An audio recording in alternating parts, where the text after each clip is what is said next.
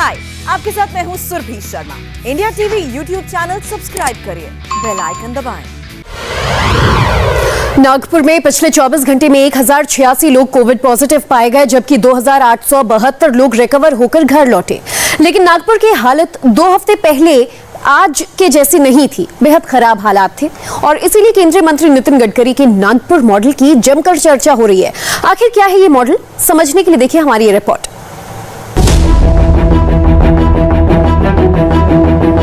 देश में इस समय नागपुर मॉडल की खूब चर्चा हो रही है। कहा जा रहा है गडकरी पैटर्न की वजह से नागपुर शहर कोरोना की लड़ाई कामयाबी से लड़ रहा है। अभी 20 दिन पहले तक नागपुर में ऑक्सीजन को लेकर मारामारी चल रही थी, लेकिन आज नागपुर में ऑक्सीजन सरप्लस है।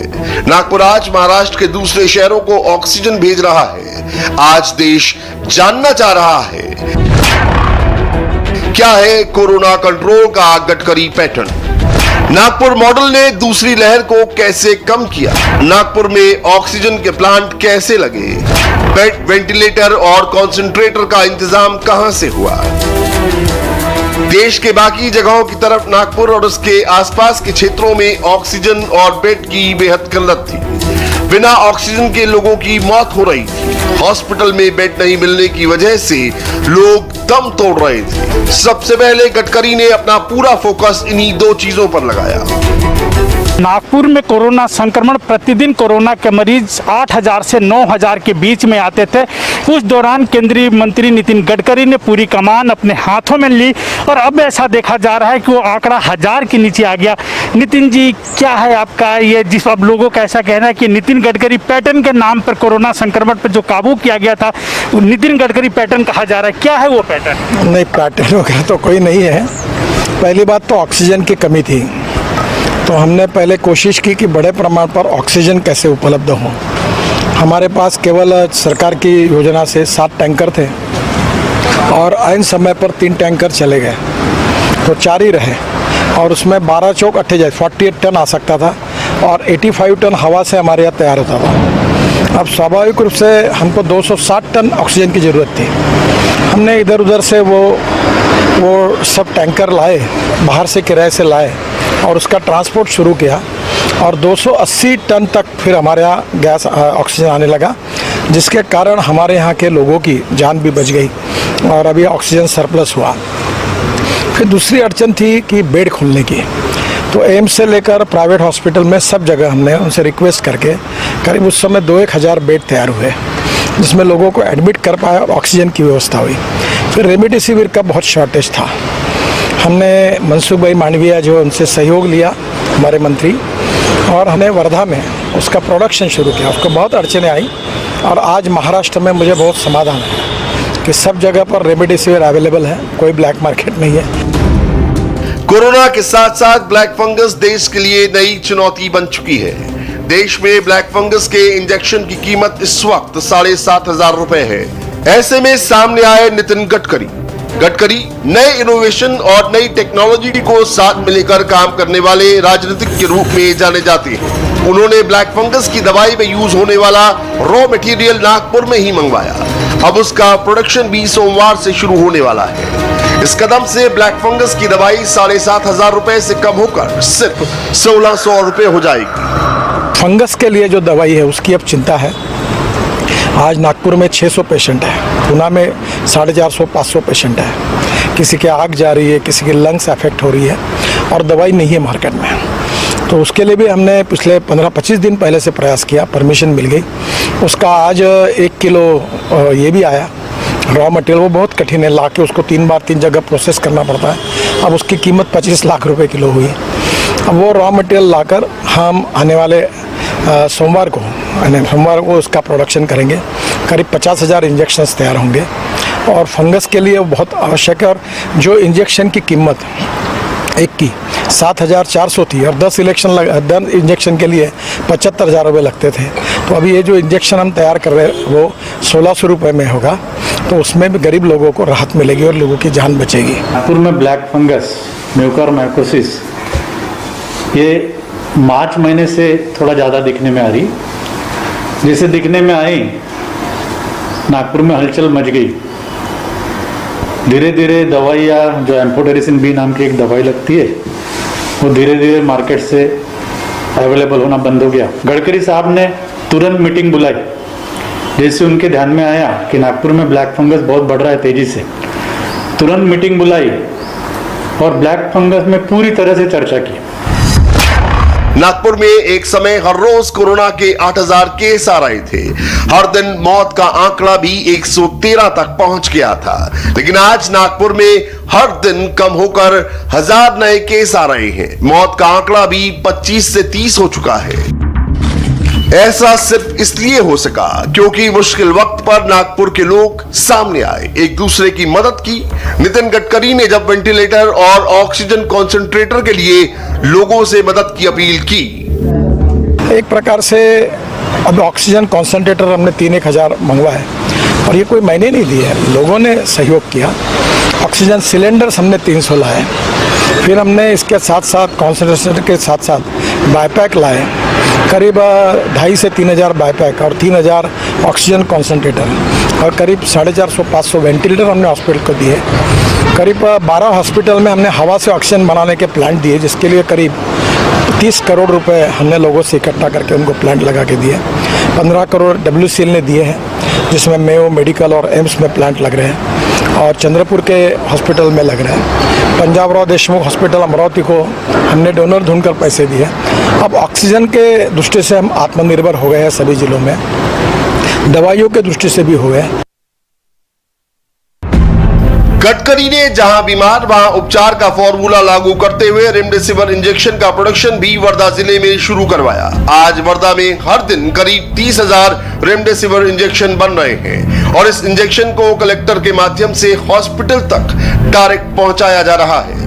पूरे विदर्भ में बेड, ऑक्सीजन कॉन्सेंट्रेटर और वेंटिलेटर की जहां भी कमी हुई वहां मदद तुरंत मिली। पूरे विदर्भ में कोने कोने तक मेघाट में जिनको पद्मश्री मिली है, डॉक्टर का नाम डॉक्टर सातो, वहाँ हमने वेंटिलेटर दिए, कॉन्सेंट्रेटर दिए और वहाँ लोगों की जान बची। ऐसे अनेक जगह पर एक लाइफ सपोर्ट के रूप में ये इक्विपमेंट काम में आए हैं। हमारे बाईपैक, ऑक्सीजन कॉन्सेंट्रेटर और ये गढ़चिरौली जिले में एटापल्ली, चामोरसी, अहेरी, प्रकाश आमटे जी के पास सालिक अपना हेमल कसा, वहाँ तक हमने भिजवाए। आज पुसद में दिए, तो सब जगह पर दिए और मुझे लगता है कि हमने कुछ नहीं किया। जिन जिन लोगों ने हमको मदद की वो उसी से आधार पर किया है। हमारे सभी सेवाभावी संगठनों ने काम किया, विशेष रूप से हमारी महानगर पालिका, NIT, जिलाधिकारी, उनकी यंत्रणा, सबका समन्वय साधते हुए हमने समस्याओं के अनुसार प्रॉब्लम सॉल्व करने की कोशिश की। इसमें आवश्यकता है planning in advance and in detail. Immediate क्या करना है, मिड टर्म क्या करना है, लॉन्ग टर्म क्या करना है, तीनों प्रकार के उपाय किए हैं। मैं भगवान से यही प्रार्थना करता हूँ कि अब तीसरी वेव ना आए और लोगों की रक्षा हो। महाराष्ट्र का गढ़चिरौली क्षेत्र नक्सल प्रभावित माना जाता है। इस जिले में कोरोना की दूसरी लहर के दौरान बेसिक सुविधाएं भी नहीं थी। लोगों को हॉस्पिटल तक पहुंचाने के लिए एम्बुलेंस भी नहीं थी। वेंटिलेटर, ऑक्सीजन सिलेंडर तो बहुत दूर की बात है। ऐसे इलाकों में लोगों को मदद के लिए गडकरी ने डिजिटल फॉर्मूला अपनाया। वहां के डॉक्टर्स के साथ वर्चुअल मीटिंग की, जिला कलेक्टर, डिविजनल कमिश्नर से वीडियो कॉन्फ्रेंसिंग के जरिए बात की। गढ़चिरौली, भमरागढ़, मेलघाट, इन सब जगहों की बात की, वहाँ कुछ एम्बुलेंस भी आपने मैंने अभी तक हमारे से 10 एम्बुलेंस बांटी है, 7-8 अभी आ रही है और मेरा प्रयास है कि कम से कम 100 एम्बुलेंस में महाराष्ट्र के इस सब क्षेत्र में जहाँ बहुत ही परिस्थिति खराब है वहाँ लोगों से मांग कर दूंगा और इसके लिए अपनी क्रेडिबिलिटी का यूज़ करके लोगों से CSR में से लाकर मैं वो अच्छे संस्था में जो काम कर रहे लोग उनको दूंगा, ऐसा मैं प्रयास कर रहा हूँ। ऑक्सीजन के लिए भी टैंकर आपने एयरलिफ्ट कराया, दूसरी जगह से मंगवाया? ये भी किए, जैसे यहाँ ऑक्सीजन के टैंकर जब खाली हो जाते थे तो वहाँ से अंगुल जाने के लिए या विशाखापट्टनम जाने के लिए फिर 1.5-2 दिन लगते थे, तो एयरप्लेन में रखकर खाली टैंकर वहाँ पहुँचाए, वहाँ से भर के लाए। आज मुझे खुशी है कि हमने सब प्रयास जो किए उससे ऑक्सीजन की कमी नहीं रही। नितिन गडकरी के लिए विदर्भ का इलाका नया नहीं है। वो यहाँ पिछले कई सालों से काम करते आ रहे हैं। नागपुर से वो सांसद हैं। ऐसे में उनकी एक अपील पर लोग सामने आए और लोगों की मदद को नितिन गडकरी ने राहत चेन बनाकर जरूरतमंदों तक पहुंचाया। लोगों से बातचीत की आपकी कार्य पद्धति के बारे में। उन्होंने कहा कि गडकरी जी 1 महीने से नागपुर छोड़े नहीं, न मुंबई गए न दिल्ली गए, बैठ के सिर्फ ऑक्सीजन कैसे मिले, बेड कैसे प्रोवाइड किया जाए, और इस पूरी मैनेजमेंट में लगे हुए थे। देखिए, मैं नागपुर का सांसद भी हूँ और विशेष रूप से यहाँ की परिस्थिति, नागपुर देश का जो हॉटपॉट से सबसे 3, 4, 5 उसमें पहले इसमें बना। नागपुर, मुंबई, पुणे, ये बहुत ही हालत ख़राब हुई। परिस्थिति मैं देखता था, कई कई लोग ऑक्सीजन के कारण मृत्यु हुई उनकी। तो अभी ये सब देखते हुए मैंने तय किया कि मैं यहाँ का सांसद भी हूँ, मेरी जिम्मेदारी भी है, तो कम से कम महाराष्ट्र के लिए, विदर्भ के लिए और यहाँ के जो पिछड़े हुए क्षेत्र हैं जैसे गढ़चिरौली वगैरह है, वहाँ तो कोई डॉक्टर भी नहीं, दवाखाने भी नहीं है, नक्सलाइट समस्या गंभीर है, तो ऐसे क्षेत्र में वहाँ के लोगों को कौन मदद करेगा। तो मैंने तय किया कि मैं यहाँ रहकर भी सब मदद करूँगा और दिल्ली में भी मेरे डिपार्टमेंट से जो होने लायक थे वो निर्णय भी उस समय मैं वीडियो कॉन्फ्रेंस के साथ लगातार कांटेक्ट में था, वो भी करता था। एक जिम्मेदारी थी, वो मैंने अपने जहाँ मेरा जन्म हुआ है, जहाँ मेरे लोगों ने चुन के दिया है और मेरा व्यक्तित्व और जीवन जिस गांव में, जिस मिट्टी में तैयार हुआ है, उसका मैं भी कुछ देना लगता हूँ।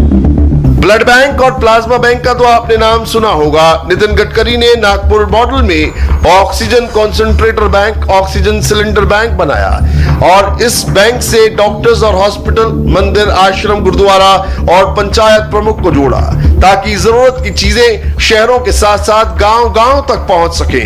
यही नहीं, गडकरी ने इस सब के लिए ट्रेनिंग की सुविधा भी लोगों को दी। सहायता में मांगी, निजी अस्पतालों को भी आपने उसमें प्रोवाइड किया। हमने निजी अस्पताल हो, सरकारी अस्पताल हो, चैरिटेबल ट्रस्ट सबको दिए और हमने उनको यही कहा कि हम आपको नहीं कह रहे पैसे लो मत लो, अब लोगों की सेवा करो, जान बचाओ। और सभी निजी हॉस्पिटल, अभी भी मेरे पास जो भी डॉक्टर आते हैं तो मैं सब संस्थाओं को, डॉक्टर को मदद कर रहा हूँ, किसी को नहीं बोलता और लोग भी इतना मदद कर रहे हैं कि हमारे पास कोई कमी नहीं है। मेरे सामने गुरुद्वारा कमेटी के लोग गए, वो ऑक्सीजन कंसंट्रेटर लेके गए, बोले कि गडकरी जी ने एक फ़ोन पे हमको 5 दे दिया। हाँ, क्योंकि क्या मैं चाहता हूँ कि ऐसे हमारी बैंक बने 5-5, जैसे इनके पास 10 है, तो अब इनके मोहल्ले में जो एक 50,000 की बस्ती, किसी को भी ऑक्सीजन का प्रॉब्लम हुआ, एक तो ये तुरंत अपना भेज देंगे, उसकी जान बच जाएगी। तो ऐसे हमने गुरुद्वारा, मंदिर, संस्थाएं, सामाजिक संगठन, हॉस्पिटल, गवर्नमेंट के प्राथमिक केंद्र सब जगह दिया। मैंने अपने बेला, सिरसी जो ग्रामीण क्षेत्र में ग्राम पंचायत है वहाँ भी दिए। केवल इसको समझने वाला, जानने वाला उपयोग का, कुछ लोगों को बुला कर ट्रेनिंग भी दिया कि ये कॉन्सेंट्रेटर कैसे यूज़ करते हैं, ये बाईपैक कैसे यूज़ करते हैं। और हमने नितिन गडकरी जी को फ़ोन किया था, उनको बोले भाई हमारे को मदद के लिए, हमारे गुरुद्वारे के लिए ऑक्सीजन की मशीनें होना, उन्होंने हमारे को 5 मशीनें दी हैं। और मेरा इनसे ये कहना है कि जो नितिन गडकरी जी हमारे नागपुर के अंदर में काम कर रहे हैं, जो हमारे परिवहन मंत्री हैं और लाडले परिवहन मंत्री है, जो ये काम कर रहे हैं, बहुत अच्छा काम कर रहे हैं। हमारे लाडले नितिन गडकरी दिया है, उन्होंने खुद एक फ़ोन करने, मारवाड़ी जी के फ़ोन करने पर तुरंत आधे घंटे में हमको दिया उन्होंने। कोरोना की दूसरी वेव की लड़ाई अभी चल रही है। देश काफी हद तक ऑक्सीजन सिलेंडर, वेंटिलेटर जैसी चीजों में आत्मनिर्भर बन चुका है, लेकिन ऐसी नौबत अब आगे नहीं आए, इसका पक्का इंतजाम अभी से शुरू हो चुका है। नागपुर भी इसमें पीछे नहीं है। अभी से यहाँ तीसरी वेव के लिए ऑक्सीजन बेड और वेंटिलेटर की संख्या बढ़ाई जा रही है, जिससे आगे की चुनौती से निपट सके। हाय, आई एम सुरभि शर्मा। खबरों से अपडेट रहने के लिए India TV YouTube channel subscribe करिए, साथ में बेल आइकन जरूर दबाएं। जुड़े रहें इंडिया टीवी के साथ।